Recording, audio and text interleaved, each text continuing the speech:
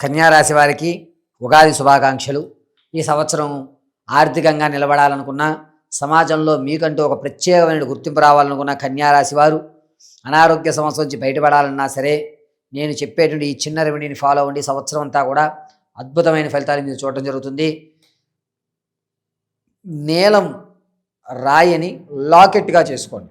ఆ నీలం రాయి ఎంతవరకు అంటే 3.6 క్యారెట్ల నుంచి 3.6 క్యారెట్ల నుంచి 4.7 క్యారెట్ల మధ్యలో ఉండేట్టుగా చూసుకోండి.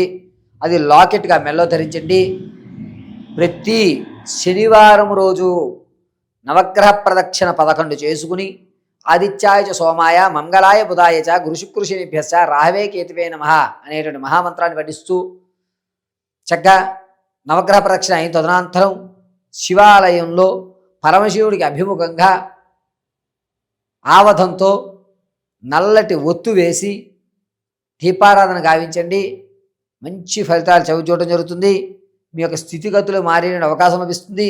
మీ ఆలోచన ధోరణి మారి మీకంటూ ఒక ప్రత్యేకమైన గుర్తింపు ఈ సమాజంలో లభించడానికి ఈ రెమెడీ ఒకటి మీకు అద్భుతంగా కలిసి వస్తుంది.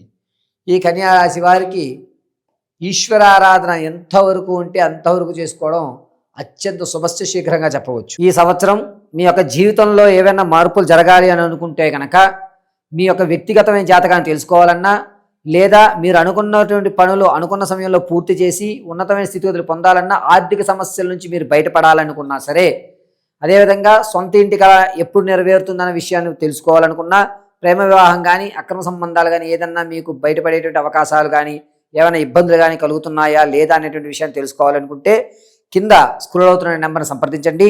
మీ date of birth, time, place of birth ఆధారంగా మీ యొక్క జాతకాన్ని పూర్తిగా విశదీకరించి చెప్పడం జరుగుతుంది.